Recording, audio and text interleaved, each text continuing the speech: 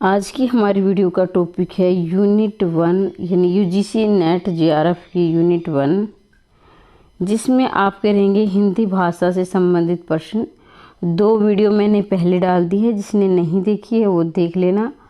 और ये आज हमारी लास्ट यानी अंतिम वीडियो है हिंदी भाषा से संबंधित, और ये तीसरी वीडियो है।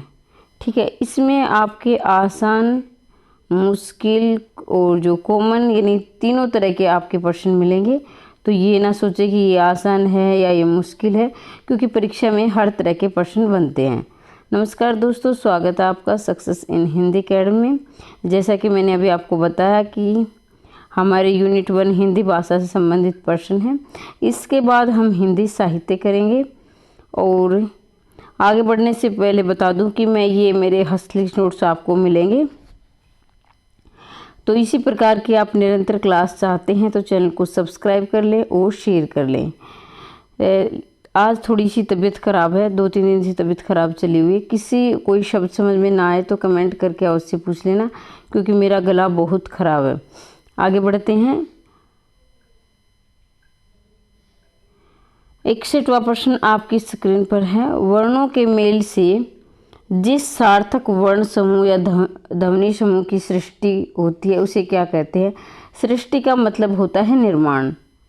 यानी वर्णों के मेल से जिस सार्थक वर्ण समूह या ध्वनि की सृष्टि होती है उसे क्या कहते हैं? अक्षर कहते हैं, शब्द कहते हैं, वाक्य कहते हैं। तो देखिए, मैं आपको बता दूं कि जिस तरह ये नंबर डले हुए हैं ऐसे ही आप नंबर डाल लें और ये अपनी तैयारी का मूल्यांकन कर लें कि आपकी तैयारी कितनी है, कितने में से कितने प्रश्न आपके सही या गलत हो रहे हैं।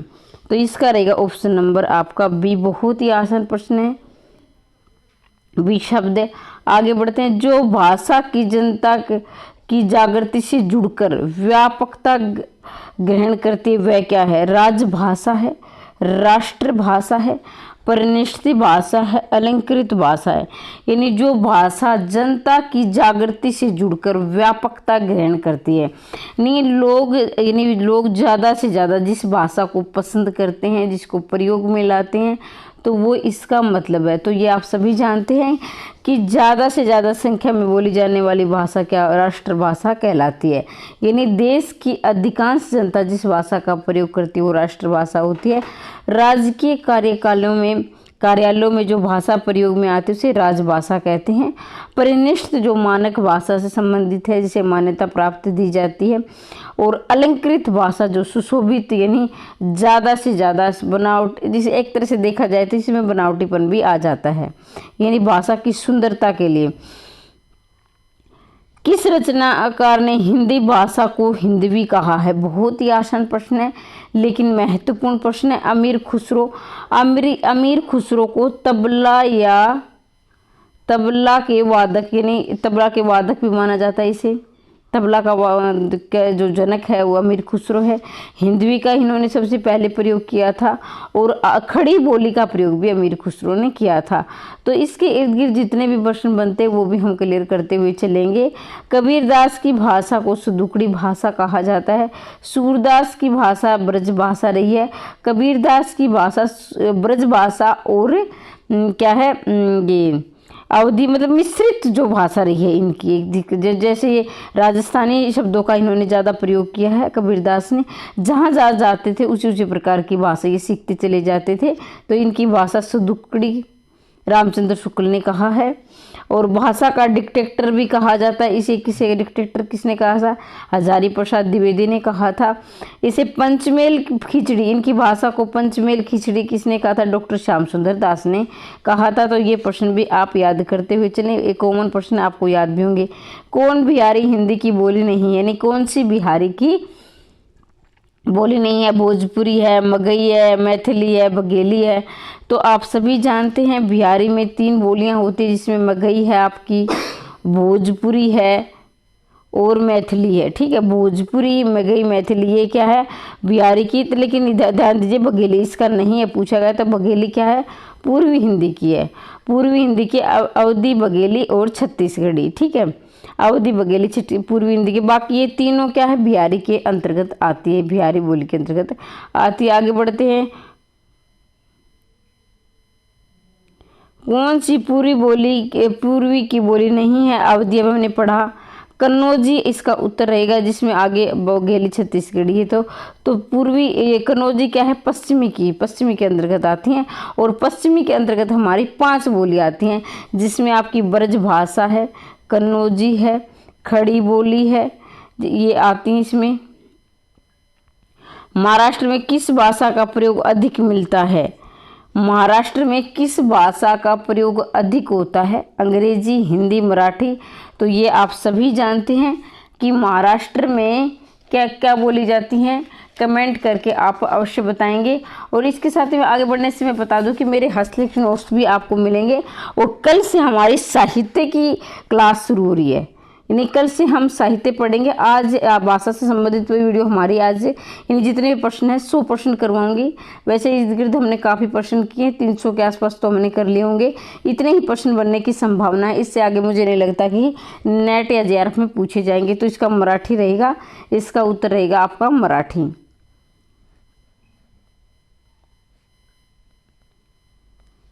देखिए थोड़ा सा धैर्य बना के रखिए, क्योंकि हम कौन से प्रश्न में आगे थे? 66वां हमारा प्रश्न था।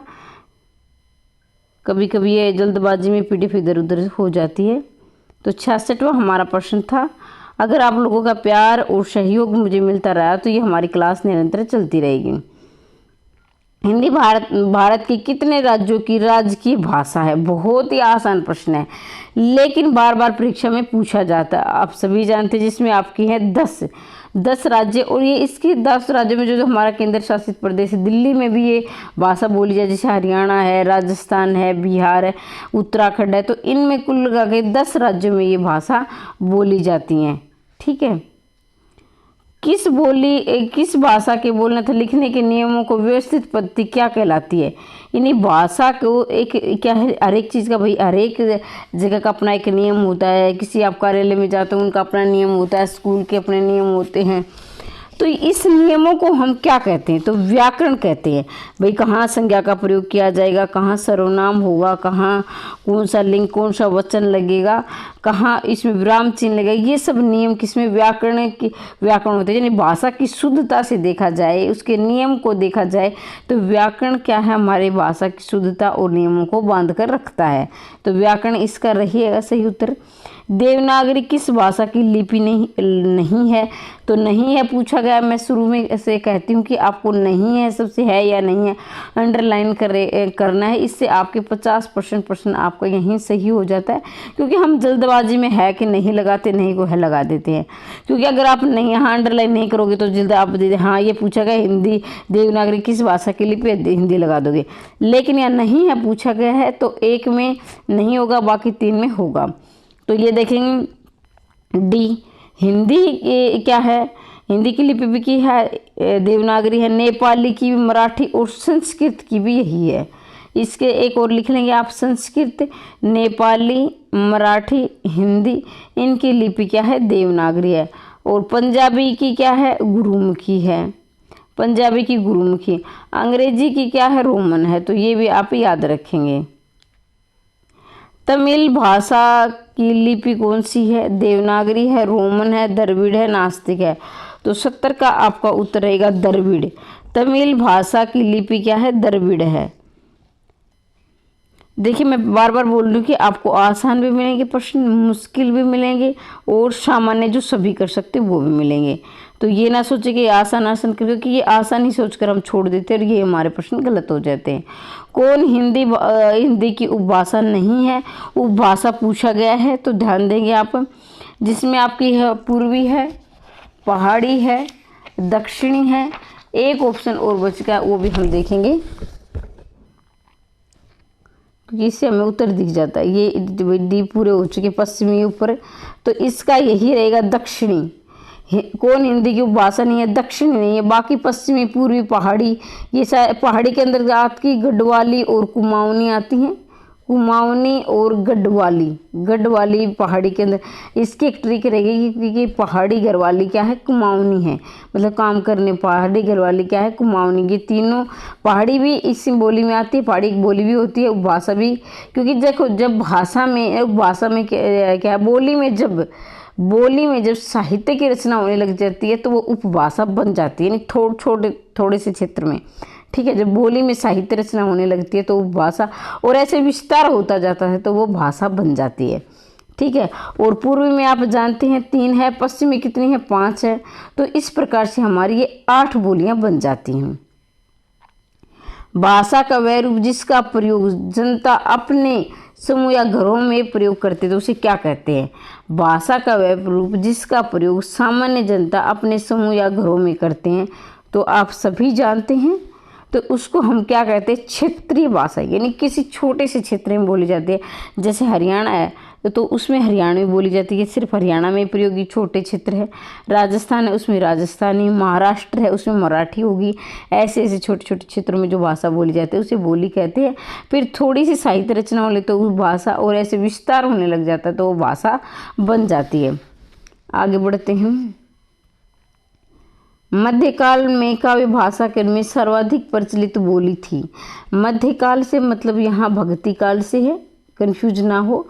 मध्यकाल से मतलब यहाँ भक्ति काल से। मध्यकाल में काव्य भाषा के रूप में सर्वाधिक प्रचलित बोली थी राजस्थानी थी, मगही थी, ब्रजभाषा थी, बघेली थी। तो इसका आपका उत्तर रहेगा ब्रजभाषा। यानी देखो मध्यकाल के अंतर्गत आपके रहे हैं सूरदास रहे हैं, तो सूरदास ने ब्रजभाषा का प्रयोग किया है। तुलसीदास रहे हैं, तुलसीदास ने ब्रजभाषा और अवधी दोनों का प्रयोग किया है, जिसमें अब बाद में ऐसे बिहारी ने भी किया है, लेकिन बिहारी रीतिकाल के अंतर्गत है, आप पढ़ेंगे। ठीक है, अमीर खुसरो की रचनाएं किस बोली में प्रचलित है? अमीर खुसरो की रचनाएं किस बोली में प्रचलित है? 74 का आपका रहेगा। लेकिन आगे बढ़ने से मैं पहले बता दूं कि अमीर खुसरो ने खालिक बारी, दो सुखने इनकी रचनाएं हैं। खालिक बारी, दो सुखने, सितार और तबला के ये वादक के जनक रहे। सितार और तबला वादक के जनक, बहुत प्रश्न पूछा जाता है, सितार एवं तबला वादक के जनक कौन है? तो ये अमीर खुसरो हैं। खालिक बारी, दो सुखने इनकी रचनाएं हैं। तो इसका आपका उत्तर रहेगा ऑप्शन नंबर सी, खड़ी बोली। अमीर खुसरो ने किस बोली का प्रयोग किया है? खड़ी बोली का प्रयोग किया है। भारत में बोलियों की संख्या कितनी निर्धारित की गई है? तो ये प्रश्न आप मुझे कमेंट करके बताओगे, लेकिन मैं अपने हिसाब से बता देती हूँ। देखो, अगर बोलियों की संख्या देखी जाए तो 18 बोलियां हैं। संविधान में अगर हम भाषाएं 22 भाषाएं हैं संविधान में, जो कि 14 सितंबर 1949 में 22 बोलियों को 22 भाषाओं को संविधान में दर्जा दिया गया था 14 सितंबर 1949 को। और 14 सितंबर को हम हिंदी दिवस भी मनाते हैं। 10 जनवरी को हम अंतर्राष्ट्रीय हिंदी दिवस मनाते हैं, और 14 सितंबर को हम क्या मनाते हैं? राष्ट्रीय हिंदी दिवस मनाते हैं। ठीक है, तो ये तो आप सभी जानते हैं। 343 से 351 तक ये क्या है? अनुच्छेद 343 से 351 के अनुच्छेद में हिंदी हमारी क्या है? राजभाषा है। तो ये इसका संपूर्ण यानी भाषाओं से संबंधित वर्णन है। ठीक है, लेकिन अगर हम संख्या में देखा जाए तो 1961, ये आप नोट कर ले, 1961 की जनगणना के अनुसार 1652 भाषाओं को मातृभाषा, यानी ये 1961 में जनगणना हुई थी भाषा से संबंधित। उसमें क्या कहा गया था कि 1652 हमारे देश की मातृभाषा यानी बोलियां हैं। लेकिन यहाँ प्रश्न को थोड़ा सा घुमाकर ऐसा दिया गया, ये प्रश्न मेरे ख्याल से ऐसा होना चाहिए था कि भारत में बोले जाने वाली यानी जो हिंदी भाषा वो कितने प्रतिशत लोग प्रयोग करते हैं? तो इसका 43.63 इसका उत्तर होता है। यानी 43 से ज़्यादा अगर देखा जाए तो ये इस तरह से आंकड़े से देखा जाए तो हमारी हिंदी हमारी राष्ट्रभाषा बन जाती है, क्योंकि हमारे देश में अधिकांश जो जनता है हिंदी का प्रयोग करते हैं। तो यहाँ 43.63 के होना चाहिए था मेरे हिसाब से। वैसे आपको क्या लगता है कमेंट करके आप अवश्य बताएंगे, अगर ये वीडियो आप ध्यानपूर्वक देख रहे हैं तो। मुझे इसमें ये प्रश्न थोड़ा सा अलग लगा, क्योंकि कहीं ना कहीं मुझे लग रहा है कि क्या तो राइटिंग में इसमें गलती हुई है। तो इसमें 43.63 होना चाहिए था मेरे हिसाब से, कि हिंदी की जो भाषा है हिंदी भाषा हमारे देश के 43% लोग प्रयोग करते हैं। ठीक है, तो इसमें 436 माना गया, तो ऐसा तो मेरे हिसाब से नहीं होना चाहिए था। वर्तमान में भारतीय संविधान में कितनी राज्य भाषाएं वर्णित है? वैसे मैं इसको देखकर बता दूंगी, लेकिन अगर आपको लग रहा है कि ठीक है तो आप भी कमेंट करके अवश्य बताना। वर्तमान में भारतीय संविधान में कितनी राज्य भाषाएं वर्णित हैं? 24 है, 22 है, सभी जानते हैं, बिल्कुल आसान प्रश्न है, 22 है। भारतीय संविधान में राज्य भाषा की किस अनुसूची में वर्णित है? तो आप सभी जानते हैं 8वीं अनुसूची में है, 8वीं अनुसूची में भाषा संबंधी है। 7वीं अनुसूची में समवर्ती सूची है, जिसमें आपकी संघ सूची नहीं, ये सूची है, 7वीं में सूची है जिसकी आपकी संघ सूची है, राज्य सूची है, समवर्ती सूची है। और अनुच्छेद 5 और 6 क्या है? राज्य की जनजातियां जातियों से संबंधित है, अनुसूचित जाति और जनजातियों से संबंधित है ये। ठीक है, तो ये सारे हमारे क्लियर हो गए। आगे बढ़ते हैं। निम्न में से कौन सा कथन राज्य की भाषाओं के संदर्भ में सही नहीं है? हम सबसे पहले हमारा क्या काम होगा? सही नहीं है को हम अंडरलाइन करेंगे, इससे हमें पता चल जाएगा कि प्रश्न में पूछा क्या गया है। ठीक है, तो ये छोटी छोटी गलतियां आप सुधारते हुए चलेंगे। संविधान के अनुच्छेद 393 में राजभाषा में बिल्कुल सही बात है भाई। जब तक राष्ट्र भाषा कोई अन्यथा, पहले इस प्रश्न को आप ध्यान से समझें। संविधान में कौन सा कथन राज्य भाषाओं के संदर्भ में सही नहीं है? देखा गया, जब तक राष्ट्रपति कोई अन्यथा व्यवस्था ना दे उच्चतम न्यायालय के कार्य में अंग्रेजी में होगी। ये तो बात वही गलत यही हो गई, क्योंकि राष्ट्रपति को अन्यथा व्यवस्था ना करे, क्योंकि राष्ट्रपति नहीं भाई, उच्चतम न्यायालय में जो हमारी भाषा होती है वो हिंदी और अंग्रेजी में प्रयोग की जाती है। राजभाषा अधिनियम को 1963 में पास किया गया था, ये बात बिल्कुल सही है। राजभाषा अधिनियम को 1963 में ही पास किया गया था। देवनागरी लिपि में लिखी जाने वाली संघ की भाषा क्या हिंदी है? ये भी ठीक है, यानी देवनागरी लिपि में जो होती है वो संघ की भाषा क्या है? हिंदी है। इसके साथ याद रखेंगे संस्कृत की भी क्या है? देवनागरी है लिपि। मराठी की भी क्या है? देवनागरी है। नेपाली भी की क्या है? देवनागरी है। तो इन भाषाओं की लिपि भी देवनागरी है, ये भी आप एक्स्ट्रा फैक्ट याद रखेंगे।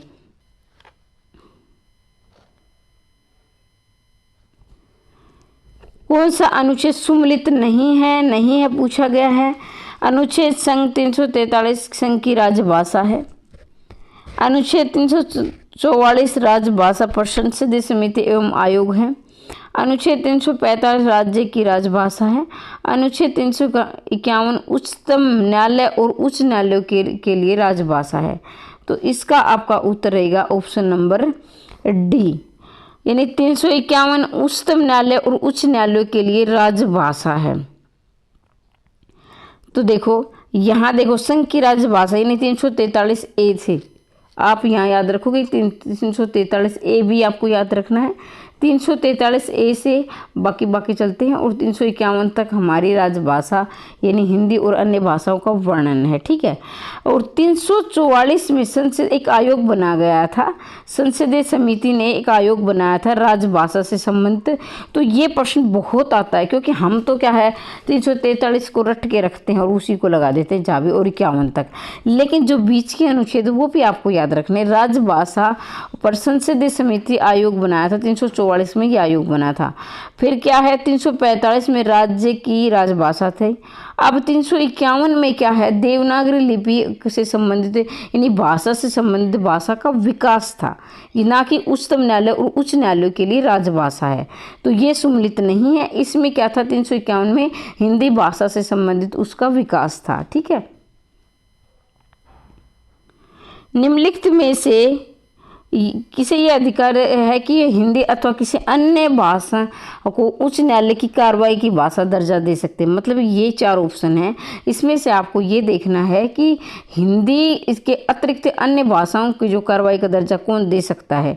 तो ये किसे अधिकार प्राप्त है, इसका मतलब ये है कि निम्न में से किसे ये अधिकार है कि वह हिंदी अथवा किसी अन्य भाषा को उच्च न्यायालय की कार्रवाई की भाषा का दर्जा दे सकते हैं।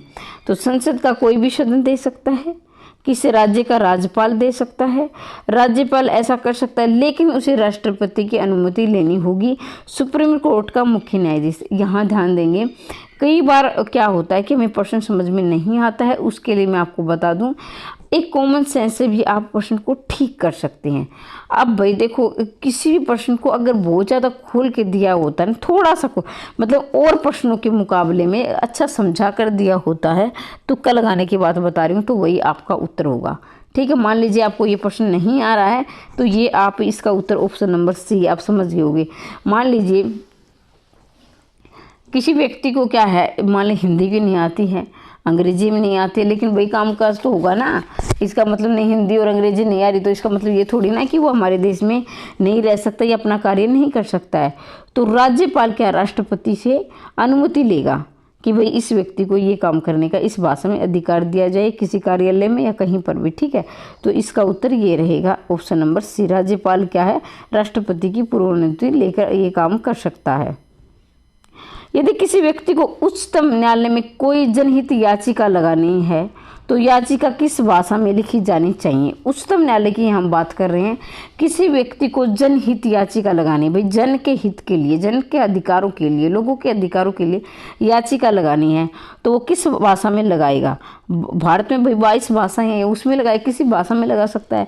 याचिकाकर्ता अपनी मातृभाषा में लगाता है, केवल अंग्रेजी में, हिंदी अंग्रेजी। ये प्रश्न आपको सही बताऊं, आपको लग रहा है ना कि बहुत से अभ्यर्थी ऐसे हैं शायद जो कोई देख रहा हो अंतिम समय तक, लास्ट में कुछ तो शुरू में ही छोड़कर चले जाते हैं, प्रश्न आसान है। लेकिन वो अभ्यर्थी, मैंने ये नहीं पढ़ने वाले नहीं होते, पढ़ने वाले होते हैं, लेकिन उनको लग रहा है इतना आसान प्रश्न आएगा क्या, तो वो छोड़कर चले जाते हैं और उसी प्रश्न में फंस जाते हैं। मुश्किल से मुश्किल वो हल कर देते हैं लेकिन आसान छोड़कर चले जाते हैं। तो मैं पहले कह रही थी कि दायरा इसमें आपके सभी तरह का होगा, तो यहाँ रहेगा केवल अंग्रेजी। अभी उत्तर जानकर आपको बड़ी हैरानी होगी। देखिए, जो हमारे ये हमारे एक देश से देश का दुर्भाग्य है भाई, उच्चतम न्यायालय में अंग्रेजी। भाई कई बार आपने सुना होगा, थोड़ी सी मैं इसमें थोड़ी सी गहराई से लेकर जाऊँ। कई बार ऐसा होता है कि उच्चतम न्यायालय में मान लीजिए किसी का मामला लंबा चला हुआ है और कोई निर्दोष फंसा हुआ है, तो उसमें क्या होता है कि जो वकील बोलता है या जज बोलता है वो अंग्रेजी में उनका वार्तालाप होता है, और जो कम पढ़ा लिखा व्यक्ति उसको समझ में नहीं आ रहा बेचारा कि इसमें बहस किस चीज़ की हो रही है, और उसे फैसला तक सुना दिया जाता है। एक मैंने, मुझे याद नहीं, मैं फिल्में कम देखती हूँ, लेकिन एक फिल्म में मैंने देखा भी था कि उसको क्या है, उसको यही नहीं पता, उसको सज़ा सुना दे कि मुझे किस बात पर सज़ा दी गई, वकील और क्या है जज ने किस बात पर बहस की, यानी वकील आपस में, तो उसको पता ही नहीं था। लेकिन ये हमारे देश का एक तरह से देखा जाए तो दुर्भाग्य है, उच्चतम न्यायालय में अभी भी अंग्रेजी का प्रयोग किया जाता है। और ये मैं बता दूं, जनहित याचिका के लिए हमारे संविधान में अधिकार दिया गया अनुच्छेद 32 में, जिसमें आपके जो 6 मौलिक अधिकार दिए गए हैं, उन मौलिक अधिकारों का आपका हनन हो रहा है, तो अनुच्छेद 32 के अंतर्गत आप किसी दरवाजा यानी उच्चतम न्यायालय या उच्च न्यायालय का दरवाजा खटखटा सकते हो कि हमारे इस समाज में इन मौलिक अधिकारों का यानी व्यक्तिगत रूप से भी इन मौलिक अधिकारों का हनन हो रहा है। तो ये प्रश्न आप याद रखेंगे। अरुणाचल प्रदेश की मुख्य क्षेत्रीय भाषा है, असमिया है, बोडो है, अंग्रेजी है, डोगरी है। तो 82 का आपका उत्तर रहेगा option number C. Arunachal Pradesh की भाषा है जो मुख्य क्षेत्रीय भाषा है, यानी अरुणाचल प्रदेश में ज़्यादातर जो कामकाज होते हैं वो अंग्रेजी में होते हैं। ठीक है, और अरुणाचल का अर्थ आप जान ले, उगते सूर्य का पर्वत, उगते सूर्य का पर्वत। अब इसका मतलब क्या होता है, उगते सूर्य का पर्वत, उगते, एक मिनट में आपको अच्छी तरह से लिख देती हूँ, उगते सूर्य का पर्वत, पर्वत। तो देखें ये 2 शब्दों से बना है, अरुण प्लस में अचल। अरुण का मतलब होता है सूर्य, अचल मतलब जो विचलित ना हो उसकी, और जो विचलित ना हो उसकी वो क्या होता है, पर्वत होता है। पत्थर है वो नहीं है, ये नहीं कि मैम हटाएंगे तो वहाँ चला जाएगा, वो तो कुछ भी जा सकता है, लेकिन क्या है अपने आप से उसमें मूवमेंट यानी हलचल या उसमें क्या है, उसमें नहीं होता, जब वो निर्जीव पदार्थ होता है। तो उगते सूर्य का पर्वत अरुणाचल को कहा जाता है, अरुणाचल, अरुण प्लस अचल। तो इसकी भाषा, अरुणाचल की भाषा देखी जाए तो ये क्या है, अंग्रेजी है। डोगरी भाषा भारत के किस राज्य के क्षेत्र में बोली जाती है, डोगरी भाषा? तो ये बता दें आप, जम्मू कश्मीर, पुदुचेरी, अंडमान एवं निकोबार द्वीप समूह, नागालैंड। तो इसमें आपका रहेगा जम्मू कश्मीर, यानी जम्मू कश्मीर में जो भाषा बोली जाती है वो क्या बोली जाती है, डोगरी का प्रयोग किया जाता है। तो ये इस तरह से हम 100% करेंगे और मुझे लग रहा है कि जितने भी प्रश्न है ये आज ख़त्म हमारे हो जाएंगे। वैसे हम काफ़ी प्रश्न कर चुके हैं, सिर्फ 100 ही नहीं उसके इर्द गिर्द बनने वाले, और मुझे नहीं लगता कि इन प्रश्नों से बाहर कोई प्रश्न पूछा जाएगा। वैसे आपको आसान लगे मुश्किल लगे वो आपकी मर्जी है। इनमें से कौन सी भाषा भारतीय संविधान के 8वीं अनुसूची में वर्णित नहीं है? वेरी IMP बहुत महत्वपूर्ण है, और ये मैं गारंटी के लिए साथ कह सकती हूँ इसमें 95% बच्चे गलत करेंगे। 5 की मैं कह नहीं सकती ये प्रश्न, और बार भी आता है और आसान लगता है, लेकिन आसान लगने के बावजूद हमेशा इग्नोर करते हैं।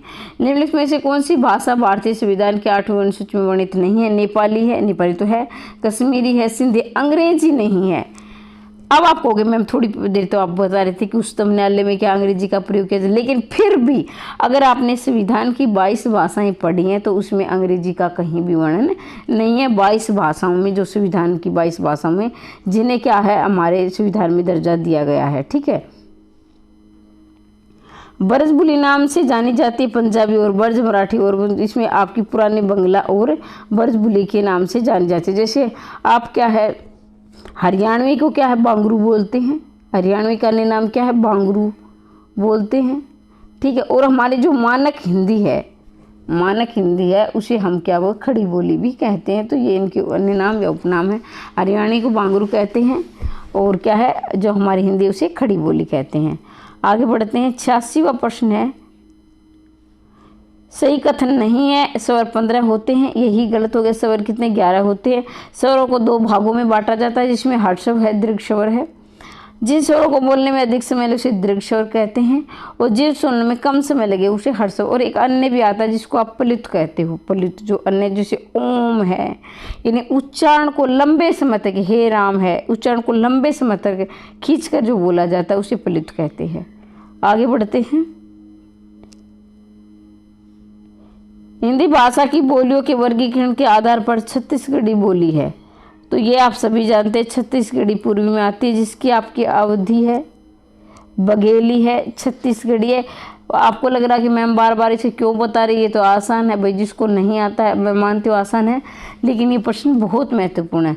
पश्चिमी के अंतर्गत 5 आती है, बुंदेली, कन्नौजी आपकी है, इसमें बिहारी है, खड़ी बोली है, ब्रज भाषा ये पश्चिमी है, पहाड़ी गढ़वाली है, कुमाऊनी है, पहाड़ी ये 3 आती हैं। राजस्थानी में आपकी भी 3 आती हैं, जिसमें आपकी मैथिली है, मगही है, भोजपुरी है। तो इस प्रकार से ये आपके 18 बोलियां बन जाती हैं।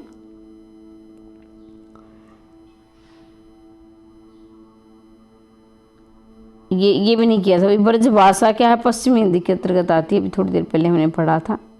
हिंदी खड़ी बोली के गद्य के किस साहित्यकार ने महत्वपूर्ण भूमिका निभाई है? यहाँ इसके ऑप्शन के अकॉर्डिंग सदल मिश्र आएगा। जैसे सदल मिश्र है, नासिकेतो उपाख्यान है, तो इन्होंने क्या है अहम भूमिका निभाई।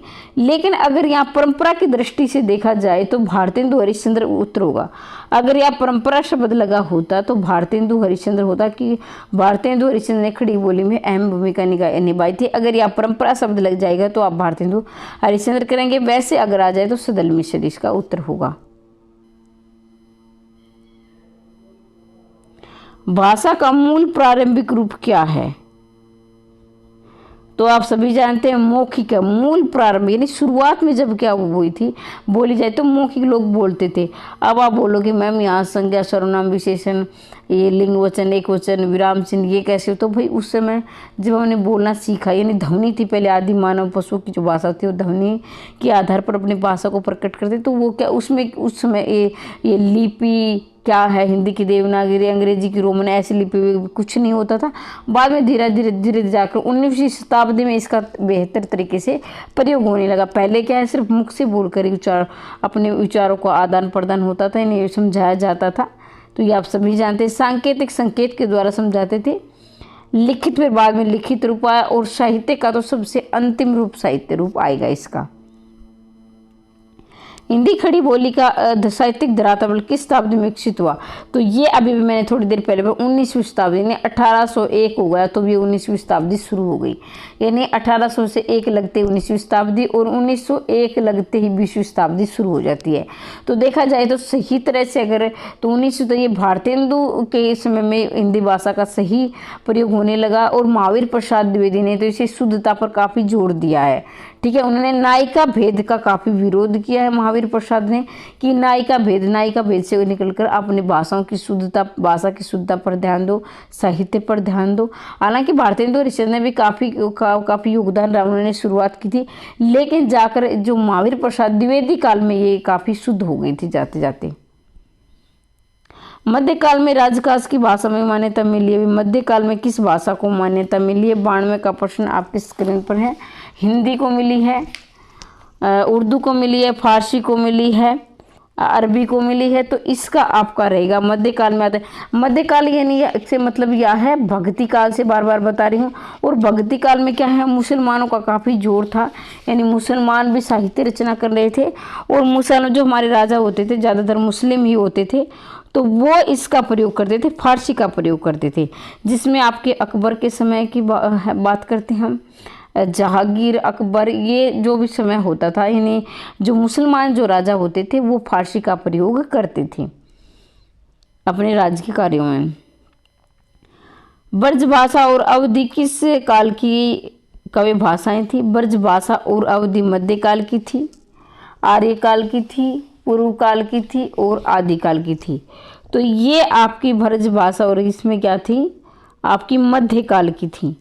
मध्यकाल जैसे ब्रजभाषा देखें तो सूरदास ने ब्रजभाषा का प्रयोग किया है, अवधि का इसमें तुलसीदास ने। तो ये ध्यान देंगे आप, अगर आप पहली बार तैयारी करने जा रहे हैं तो मैं ध्यान दे आप याद रखेंगे, तुलसीदास ने ब्रजभाषा का भी प्रयोग किया था और अवधि का भी प्रयोग किया था।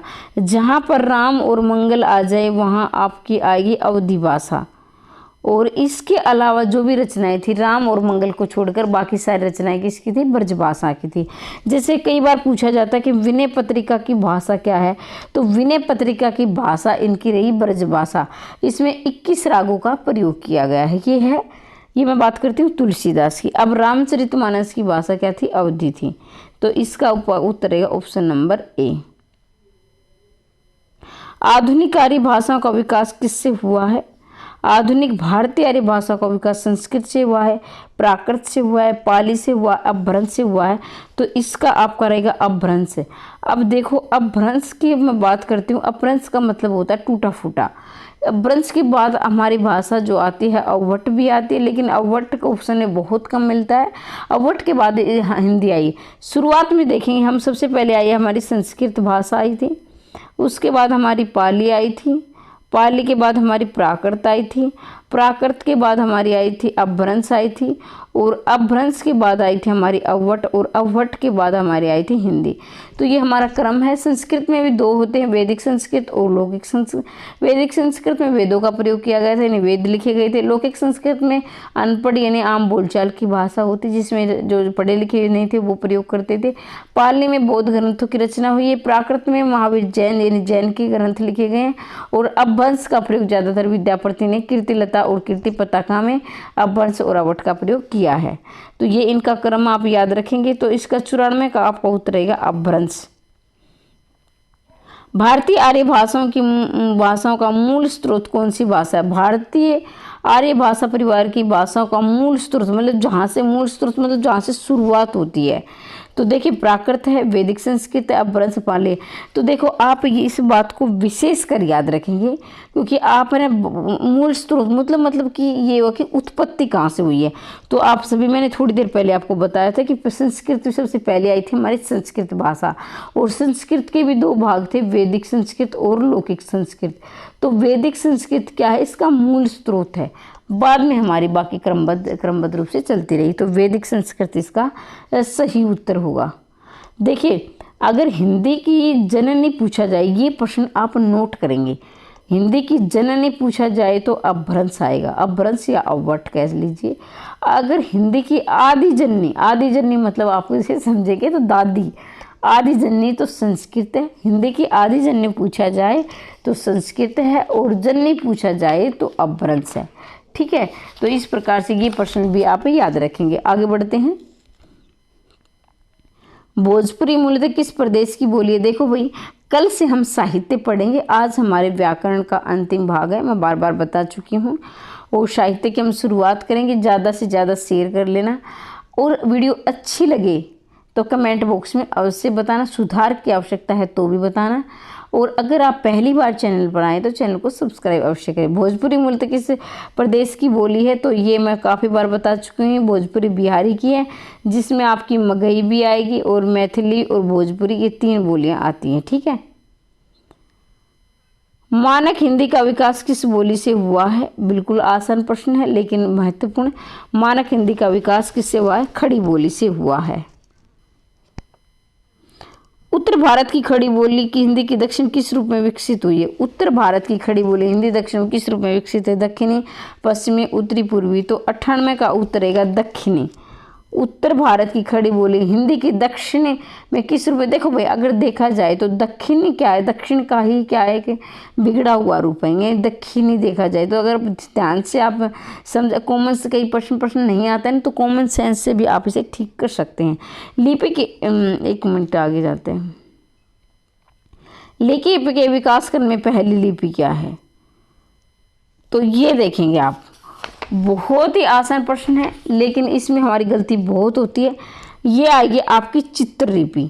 देखो, चित्रलिपि में क्या होता है, जैसे कि आपने देखा होगा खजुराहों की गुफा है, और इसमें महात्मा बुद्ध की जो प्रतिमाएं हैं, तो उसमें आपने देखा होगा कुछ चित्र ऐसे हैं, जैसे खजुराहों की गुफा में जाओगे, उनके मंदिरों में जाओगे तो आपने देखा होगा चित्र बहुत कुछ बयान करते हैं।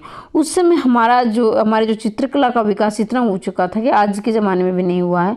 इतने विद्वान होते तो वो चित्र के माध्यम से अपने पूरी कहानी आपके सामने बखान होते हो। सबसे पहले चित्रलिपि, और ये सूत्रलिपि, गुप्त लिपि, शारदा लिपि ये हमारी बाद में आई हैं। ध्वनि चिन्हों के समष्टि को क्या कहते हैं? तो ये रहेगा आपका ऑप्शन नंबर 2, ध्वनि चिन्हों की समष्टि को क्या कहते हैं? भाषा कहते हैं। तो ये हमारे आज हमने 40 प्रश्न पढ़े हैं। 40% तो ये आपके अकॉर्डिंग ये लिखे हुए थे, बाकी हमने कम से कम 70-80 प्रश्न कर लिए हैं। तो इसी निरंतर क्लास चाहते हैं इसी प्रकार से, तो चैनल को सब्सक्राइब करते हुए अवश्य जाइए। कल हम साहित्य पढ़ेंगे, और कोई भी अगर डाउट है तो कमेंट बॉक्स में अवश्य पूछना। हमेशा हंसते रहिए, मुस्कुराते रहिए, दिन दोगुनी रात चौगुनी उन्नति करते रहिए। आज के लिए इतना ही, मिलते अगली वीडियो में, तब तक के लिए जय हिंद, जय भारत।